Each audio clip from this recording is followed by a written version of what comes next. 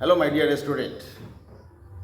जैसा कि आप जानते हैं कि आज छठ पूजा ख़त्म हो गया, लेकिन हमें ये नहीं भूलना चाहिए कि वातावरण को कम्प्लीटली भगवान सूर्यदेव एनर्जाइज कर दिए हैं और इस एनर्जी का हम लोग इसका उपयोग करें और ऊपर वाले को धन्यवाद दें और इसका सीधा उपयोग हम बीपीएससी को क्रैक करने में करें। माय डियर स्टूडेंट, आपके सामने फिर मैं संजीव कुमार झा केमिस्ट्री के कुछ क्वेश्चंस को लेके आया हूँ। क्वेश्चन नंबर 1, ये 68th बीपीएससी में पूछा है। माय डियर स्टूडेंट, कह रहा है कि आपको 3 परख नली दिया हुआ है। 3 परख नली में एक है, पहला परख नली में आशुद्ध जल है। आशुद्ध जल कहने का मतलब डिस्टिल्ड वाटर है। दूसरे में अम्लीय विलयन है और तीसरे में क्षारीय विलयन है। तो किस में, कौन से परख नली में लाल लिटमस जो है नीला हो जाएगा? तो माय डियर स्टूडेंट, आपको पता है कि नीले से लाल जो होता है वो अम्लीय में होता है और लाल से जो नीला होता है वह क्षारीय में होता है। तो इसका आंसर होगा क्षारीय विलयन। दूसरा क्वेश्चन है कि ये 67th बीपीएससी में पूछा है। My dear student, buffer solution बहुत इंपॉर्टेंट है, ध्यान दीजिएगा। बफर सॉल्यूशन यानी बफर विलयन है, तो याद रखिएगा बफर विलयन जो है दुर्बल क्षारक यानी वीक बेस और संयुग्मी अम्ल यानी कंजुगेट एसिड का हो सकता है। ध्यान दीजिएगा, पहला क्या, या तो दुर्बल अम्ल यानी वीक बेस और संयुग्मी अम्ल यानी कंजुगेट एसिड का हो सकता है, या फिर उल्टा कर दीजिए, फिर संयुग्मी क्षारक मतलब कंजुगेट बेस और वीक एसिड का हो सकता है। समझ में आया? क्या कह रहा है कि बफर सॉल्यूशन या तो वीक बेस कमजोर क्षारक और संयुग्मी अम्ल का यानी कंजुगेट एसिड का हो सकता है, या फिर दोनों एक साथ, या फिर आपको वीक इसमें अम्ल हो जाएगा और कंजुगेट बेस हो जाएगा। यानी कंजुगेट बेस यानी संयुग्मी क्षारक और वीक एसिड का मिश्रण है। माय डियर स्टूडेंट, ये आपको ध्यान रखना है। और ये क्या है? एक जलीय विलयन है। तो ये बफर सॉल्यूशन एग्जाम में पूछा है 67th बीपीएससी में। तीसरा क्वेश्चन यूपीएससी में पूछा है डियर स्टूडेंट, सीडीएस में, टिंक्चर ऑफ आयोडीन किसका मिश्रण है? तो ध्यान रखिएगा, टिंक्चर ऑफ आयोडीन जो है वो एल्कोहल, जल और आयोडीन का मिश्रण है। यानी एल्कोहल का प्लस जल का प्लस आयोडीन का मिश्रण है। और आपको ये भी याद रखना है कि आयोडीन की जो सांद्रता होती है, कंसंट्रेशन इसमें, तो कितना परसेंट होती है? 2 से 3%। तो जो भी क्वेश्चंस मैं बता रहा हूँ ये सब सारे बर्निंग क्वेश्चंस हैं और आपको एग्जाम में किसी न किसी रूप में आएंगे ही आएंगे, इसलिए ये सब चीज़ों को ध्यान से समझ लीजिए। चौथा क्वेश्चन है, देखिए कितना घुमाया है, ये एनडीए 2022 में पूछा है। आप तो जानते हैं कि सूखा बर्फ जो होता है, ड्राई आइस जो होता है, उसमें कार्बन डाइऑक्साइड होता है। लेकिन अब इतना कहने से काम नहीं चलेगा, इसके अलावे भी इसमें क्वेश्चन बनते हैं डियर स्टूडेंट। और क्या क्वेश्चन बनता है ये ध्यान दीजिएगा। पहला तो ये आप समझ गए कि सूखा बर्फ में CO2 पाया जाता है, लेकिन ये पूछा था एनडीए में क्या कि हवा में जो कुहासा बनता है उसमें सूखे बर्फ से कौन सी गैस फॉर्म करती है और वह विधि क्या है? तो माय डियर स्टूडेंट, हवा में जो कुहासा बनता है, सूखे बर्फ से हवा में कुहासा, वह CO2 के घुलने से बनती है और वह ऊर्ध्वपातन की प्रक्रिया है। जैसा कि आप जानते हैं सब्लिमेशन, कि या तो सॉलिड को बिना द्रव में परिवर्तन किए हुए गैस में ले आइए, या फिर गैस से बिना द्रव में परिवर्तन किए हुए सॉलिड में ले आइए।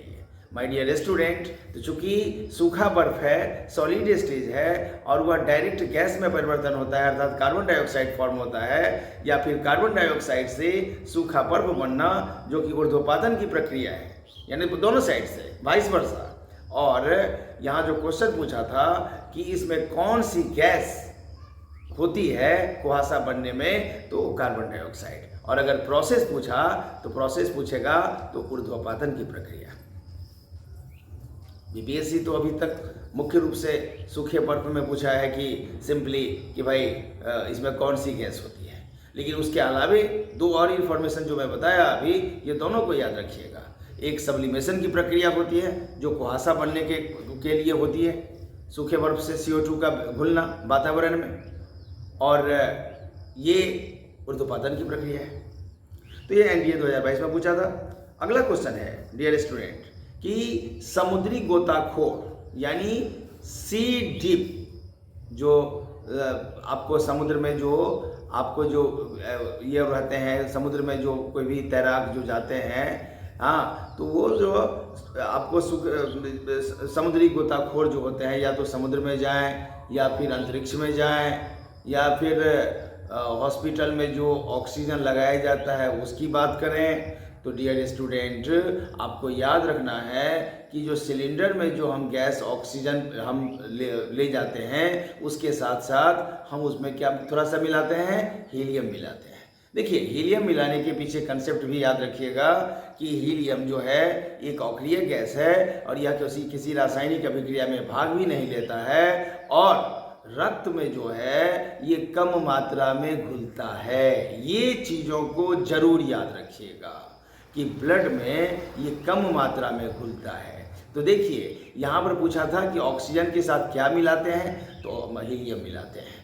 और आपको ये पता है कि हीलियम जो है दूसरी सबसे हल्की गैस है हाइड्रोजन के बाद। और इतना ही नहीं, हीलियम आपको बलून में भी भरा जाता है, या फिर हीलियम एरोप्लेन के टायर में भी भरा जाता है, या फिर आपका हीलियम ही एक ऐसा है जो मौसम संबंधी जानकारी के लिए भी भरा जाता है। तो डियर स्टूडेंट, आपको हीलियम याद रखना है, और इसका एटॉमिक नंबर कितना होता है, तो 2 होता है। तो हाइड्रोजन अपनी जिम्मेवारी हीलियम को दे देता है, क्योंकि आपको पता है कि हाइड्रोजन का एटॉमिक नंबर जो होता है 1 होता है। एक्चुअली देखिए, यहाँ पर पूछ रहा था कि हाइड्रोजन के साथ क्या मिलाते हैं, तो हीलियम मिलाते हैं, क्योंकि हम लोग प्योर ऑक्सीजन तो लेते नहीं हैं। हम लोग ऑक्सीजन मतलब प्योर अगर लेंगे तो क्या होगा, ब्लीडिंग होगा। यानी वायुमंडल में जो भी गैस है सब उसी अमाउंट में हम लेते हैं। अगर देखा जाए तो हम शुद्ध ऑक्सीजन नहीं लेते हैं। वायुमंडल में क्या है, नाइट्रोजन 78%, ऑक्सीजन 21%, कार्बन डाइऑक्साइड 0.03%। तो ये गैसों का मिश्रण है और ये हम लेते हैं। चूंकि उसमें ऑक्सीजन जो होता है अत्यधिक इन्फ्लेमेबल होता है और सिलेंडर में हम भरते हैं, तो निश्चित रूप से उसकी दहनशीलता को कम करने के लिए, उसकी पावर को कम करने के लिए हम लिमिटेड अमाउंट में कुछ मात्रा में हीलियम मिलाते हैं। एक्चुअली पहले जो है हीलियम से पहले साइंटिस्ट नाइट्रोजन मिलाते थे, लेकिन उसमें होता क्या था कि ज़्यादा देर तक आपको गोताखोर समुद्र के नीचे में, या फिर एस्ट्रोनॉट, या फिर मतलब जो हॉस्पिटल्स में जो पेशेंट को ऑक्सीजन मास्क लगाया जाता है उसमें, तो ये ज़्यादा देर तक टॉलरेबल नहीं था, टॉलरेट नहीं हो पाता था, क्योंकि जलन होता था। क्योंकि नाइट्रोजन जो है ना ब्लड में अधिक मात्रा में घुलता है हीलियम के कंपेयर में। तो हीलियम जो है, एक तो पहली बात कि जीरो आइडियल गैस है। आइडियल गैस क्यों कहा जाता है भाई? हीलियम, आर्गन, क्रिप्टन सबको आइडियल गैस क्यों कहा जाता है? क्योंकि उसके पास वो क्षमता नहीं है कि वो किसी को दूसरे को इलेक्ट्रॉन दे, यानी अपने आप में वो सफिशिएंट है, ना लेगा ना देगा। तो यहाँ पर क्वेश्चन एक ही था कि हाइड्रोजन ऑक्सीजन के साथ क्या मिलाते हैं, तो हीलियम मिलाते हैं, पहला चीज़। और दूसरा चीज़ आपको याद रखना है कि नाइट्रोजन की अपेक्षा हीलियम रक्त में कम घुलता है, कम डिजॉल्व होता है, इसलिए स्मूदी होता है, आराम से लोग लंबे समय तक जो है रह सकते हैं। अगला क्वेश्चन, ये आपका पूछा था किसमें, NDA 2022 में डियर स्टूडेंट। अगला क्वेश्चन है क्या कि हाई बॉइलिंग पॉइंट होती है। देखिए गौर से, कह रहा है कि उच्च क्वथनांक इंग्लिश में क्या बोलते हैं उसे, बॉइलिंग पॉइंट। तो हाई बॉइलिंग पॉइंट होती है। तो डियर स्टूडेंट, आपको याद रखना है कि हाई बॉइलिंग पॉइंट, देखिए ऑप्शन दिया है, पहला लिथियम, दूसरा सोडियम, तीसरा पोटेशियम और चौथा रिबिडियम। तो देखिए आपको आंसर होगा इसका लिथियम होगा। लिथियम का जो क्वथनांक होता है, बॉइलिंग पॉइंट होता है 1342 डिग्री सेल्सियस होता है। ध्यान रखिएगा 1342 डिग्री सेल्सियस होता है। और सोडियम का 882.8 डिग्री सेल्सियस होता है क्वथनांक, पोटेशियम का 758 डिग्री सेल्सियस होता है पोटेशियम का, और लास्ट जो रुबिडियम है डी नंबर, उसका 688 डिग्री सेल्सियस होता है। तो लिथियम का जो आपको बॉइलिंग पॉइंट होता है, क्वथनांक होता है, वो सर्वाधिक होता है 1342 डिग्री सेल्सियस। अब देखिए कितनी आश्चर्य की बात है कि लिथियम जो है सो क्या है, सबसे हल्की धातु है। ये भी ध्यान रखिएगा, लिथियम सबसे हल्की धातु है, हल्की है, लेकिन उसका जो इंटरनल जो एफिशिएंसी है बॉइलिंग पॉइंट के लेवल पे ये सबसे हाईएस्ट है। तो इसको आपको ध्यान रखना है। साथ में सबसे भारी धातु कौन है भाई, तो ओस्मियम है, ये भी ध्यान रखिएगा, कभी भी आयरन नहीं मार दीजिएगा। तो यहाँ पे लिथियम सबसे हल्की धातु भी है और सबसे अधिक इसका क्वथनांक है 1342 डिग्री सेल्सियस। तो ये आपको EPFO UPSC 2023 में पूछा गया डियर स्टूडेंट।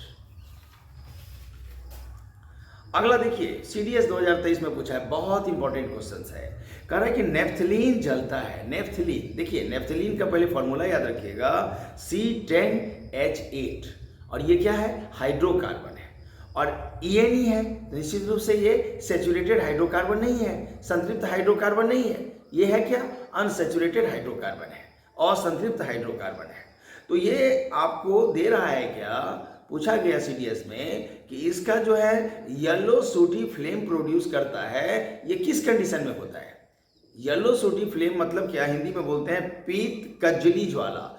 पीत कज्जली ज्वाला मतलब क्या हुआ, धुआं होगा, धुआं पीला कलर का होगा, मतलब फ्लेम जो है बहुत कम, सूटी फ्लेम होगा, मतलब क्या, स्मोक्स की मात्रा अधिक होगी, तो येलो कलर होगा।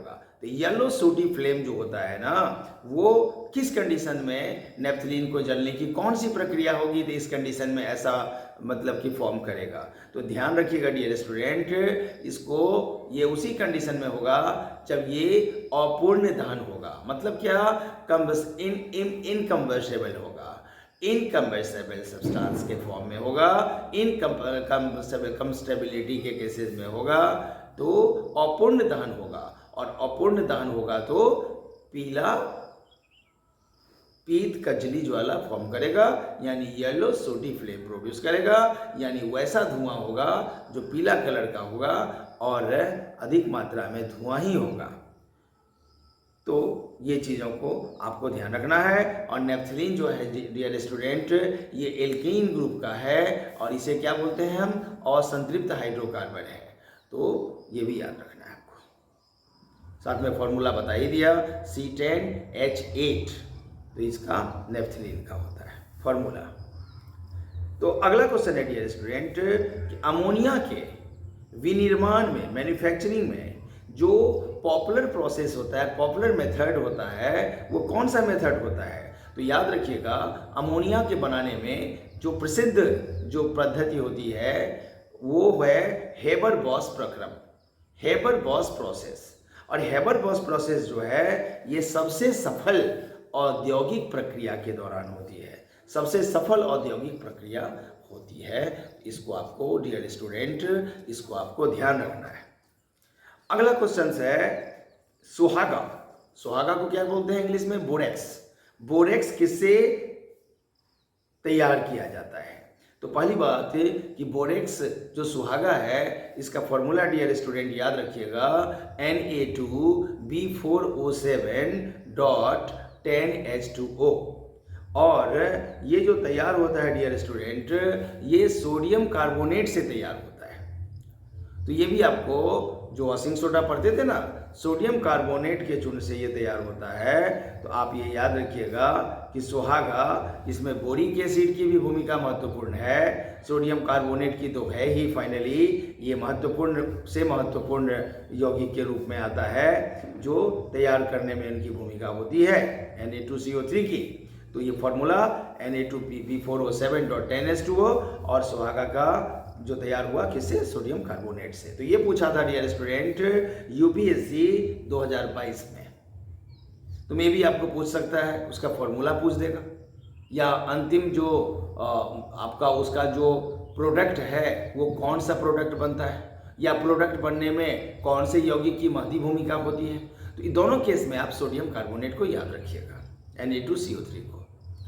अगला क्वेश्चन है डियर स्टूडेंट, लास्ट क्वेश्चन है, रेल पटरियां जोड़ने में किसके साथ अभिक्रिया करके लौह ऑक्साइड का प्रयोग होता है। बहुत इंपॉर्टेंट क्वेश्चन है, रेल पटरियां को जोड़ने में किसके साथ अभिक्रिया करके, यानी कौन सी धातु के साथ अभिक्रिया करके लौह ऑक्साइड का प्रयोग किया जाता है। तो ये याद रखिएगा डियर स्टूडेंट, एल्यूमिनियम के साथ लौह ऑक्साइड का प्रयोग किया जाता है, और यह विस्थापन प्रक्रिया है। कौन सा है, डिस्प्लेसमेंट प्रोसेस है। और याद रखिएगा डियर स्टूडेंट, ये अत्यधिक जो है ऊष्माक्षेपी है, यानी ऊष्माशोषी नहीं है, ऊष्माक्षेपी है, यानी ऊष्मा मुक्त होती है। तो इस प्रक्रिया को, और एल्यूमिनियम हो जाएगा, यानी एल्यूमिनियम को लौह ऑक्साइड के साथ रेल पटरियां को जोड़ने में आपको अभिक्रिया कराई जाती है, और यह अत्यधिक ऊष्माक्षेपी अभिक्रिया है। और दूसरा क्या कि विस्थापन प्रतिक्रिया के रूप में इसे हम जानते हैं, यानी डिस्प्लेसमेंट रिएक्शन के रूप में जानते हैं। और एक और चीज़ जो बेहद इंपॉर्टेंट है कि ये जो एल्यूमिनियम के साथ जो लौह ऑक्साइड को जो अभिक्रिया कराई जाती है, यह इस प्रक्रिया को थर्माइट विधि कहते हैं। कौन सा प्रोसेस, कौन सा मेथड, थर्माइट प्रोसेस। आपको ऐसा भी क्वेश्चन दे देगा कि थर्माइट विधि में इनमें से कौन से धातु का प्रयोग होता है। हो सकता है कि आपको आयरन ऑक्साइड का चर्चा ना करे, केवल एल्यूमिनियम का चर्चा कर दे। तो आप याद रखिएगा डियर स्टूडेंट कि एल्यूमिनियम जो है थर्माइट विधि के लिए मोस्ट एप्रोप्रिएट है। और अगर आपको ऐसा दे देगा कि थर्माइट विधि में उपयोग होती है, तो आपको दे देगा आयरन ऑक्साइड और एल्यूमिनियम, पोटेशियम और एल्यूमिनियम ऑक्साइड, या एल्यूमिनियम आयरन, मतलब इस तरीके का 3-4 ऑप्शन दे देगा। तो उस कंडीशन में आप याद रखिएगा कि महत्वपूर्ण जो है एक तत्व धातु एल्यूमिनियम है, और यौगिक जो है वो फेरस ऑक्साइड अर्थात लौह ऑक्साइड।